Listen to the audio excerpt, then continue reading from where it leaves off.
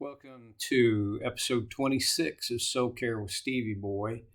We're in Philippians, finally in chapter 2, and making some headway through chapter 2. Last time we talked about how Paul said he sometimes felt like his life was a drink offering being poured out, and how difficult that would be for us in our time to understand what in the world that's about. The concept of a drink offering, we don't too much get that. I mean, we serve coffee before church, but I don't think that counts. And I think you're right, it doesn't count. Uh, Paul, he in verse 17, he says, but even if I am being poured out like a drink offering on the sacrifice and service coming from your faith. By now, I make a lot out of little things, but this idea, but even if, well, that goes back to the idea that he wanted, how he gauged whether or not his ministry had effect. How he gauged the level of his usefulness in his ministry was not by lots of numbers and counting and all of that kind of stuff that we tend to do today. What it was for him was that the Philippians would hold out firmly the word of life, and that by doing that, they would shine like stars in the universe in a crooked or depraved generation. So, with that in mind, since, they were doing that, he said, I feel secure, I feel confident, I feel fulfilled, even if I am being poured out like a drink offering on the sacrifice and service coming from your faith. Now, that's an interesting concept, because in the Old Testament, a drink offering was to be poured out on the altar.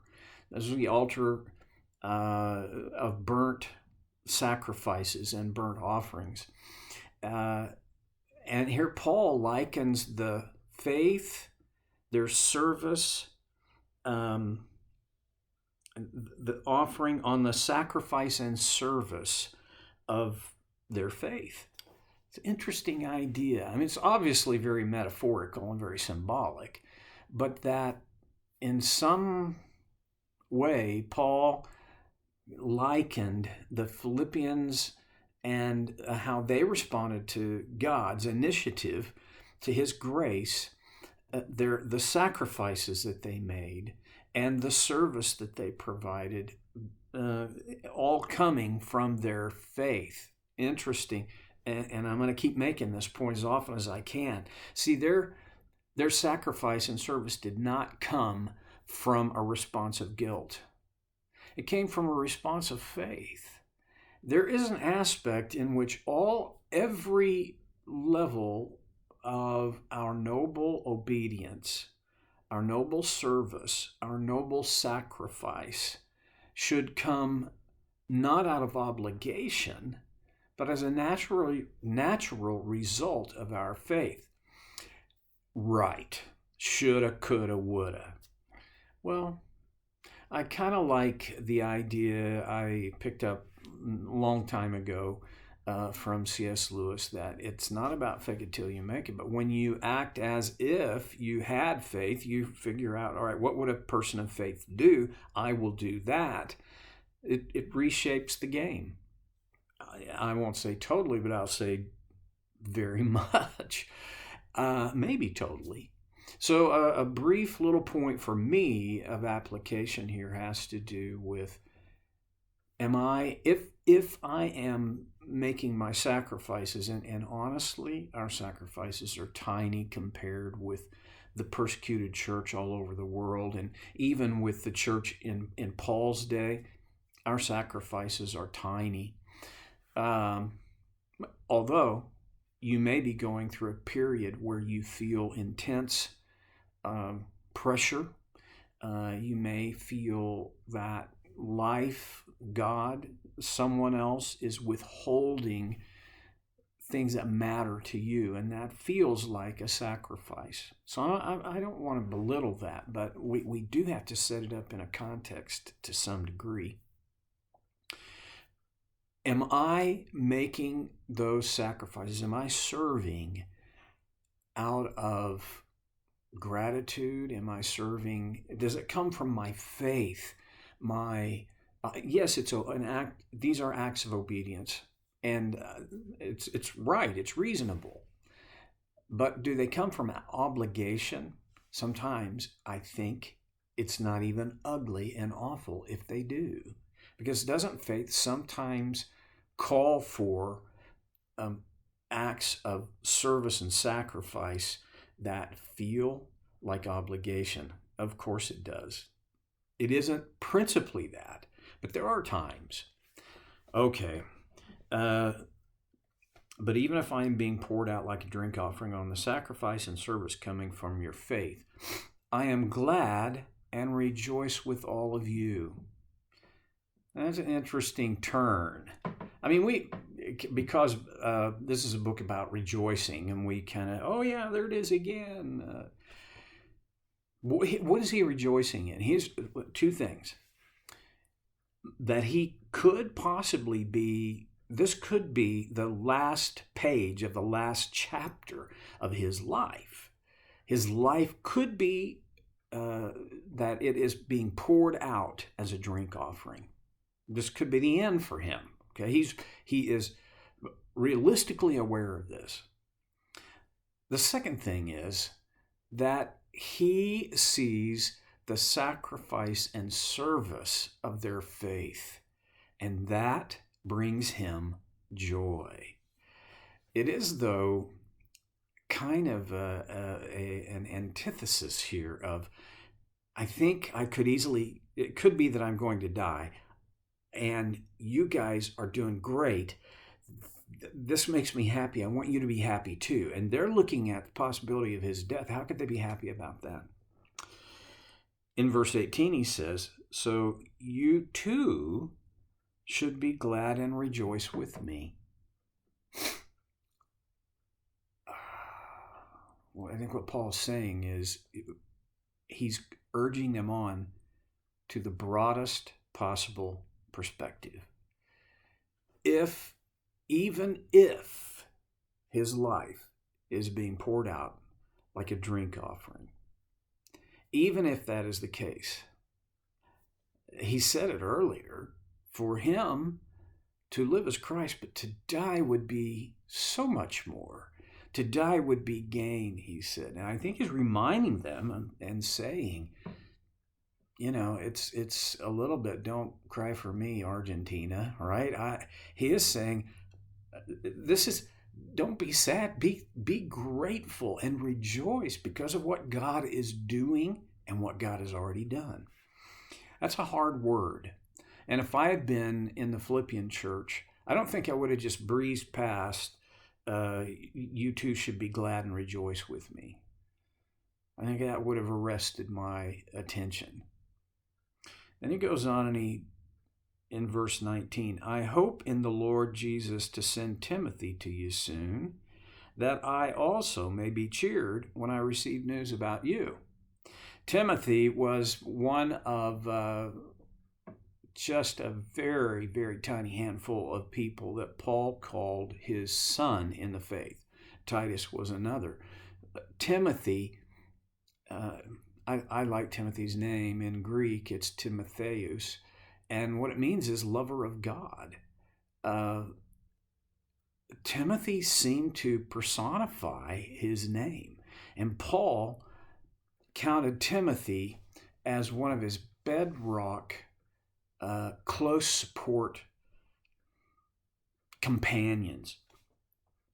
And I mentioned this before, I'm going to mention it again. If you're in your middle years of your life, you need to look for a Timothy, someone younger than you, who you can pour life into, share life with. See, it isn't like Timothy came to a school and Paul took him through this curriculum and he signed off on all of his papers, and Timothy took the tests, and Paul said, I think okay, we're going to certify you. Timothy went with Paul wherever he went. The implication here is that although Paul was no longer free, he was under arrest, we think house arrest, Timothy was free to come and go, so that Timothy was able to go back to Philippi and take word to the Philippians, as well as bringing word back to Paul about the Philippians. And again, when you think about first century, see that we could send somebody off on a journey of that length, 200-300 miles, and they could go spend meaningful time, drive back, and it would be done in a day. This kind of a trip for Timothy would have taken a month at least, maybe longer, depending on conditions. In verse 20, Paul writes maybe the greatest kind of affirmation that a guy like Timothy or me would ever have. He said, in verse 20, I have no one else like him who will show genuine concern for your welfare. I would have thought Paul was ready to say, there's nobody else like him. Who just has my welfare most at heart. Oh, well, I think what Paul was saying is Timothy has your welfare. And I think that's what he's saying, because that's what he said. And I think the implication for us is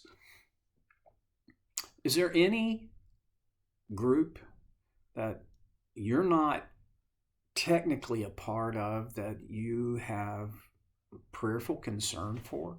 Okay, this is not a law. It's just an idea. Okay, what if you took a church that you don't attend, that's maybe in your area, maybe it's not, but that is within your awareness and you have some background with? What if you made them a daily prayer project, a subject of your prayer? At the very least, that's what Timothy did. In verse 21, for everyone looks out for their own interests, not those of Jesus Christ. I get the feeling that Paul at times was a little frustrated by others of his traveling companions and others in his circle.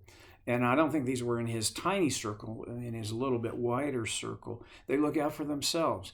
It pains me that I look into my own life and I see this, and it very much pains me that I look into some congregations, some church fellowships, and this is what I see. They look out for their own interests, not for those of Jesus Christ. It's just us 34 and no more. We like us, and if you like us, you'll like being here, but that's pretty much it. I think Paul would have been supremely dissatisfied with that kind of view. Well, I'm going to shut it down a little ahead of time, because here's the deal.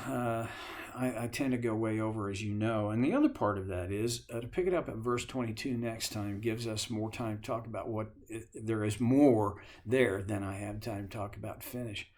So did you pick up any points of application? Because application is the destination for the information train. Pardon me. I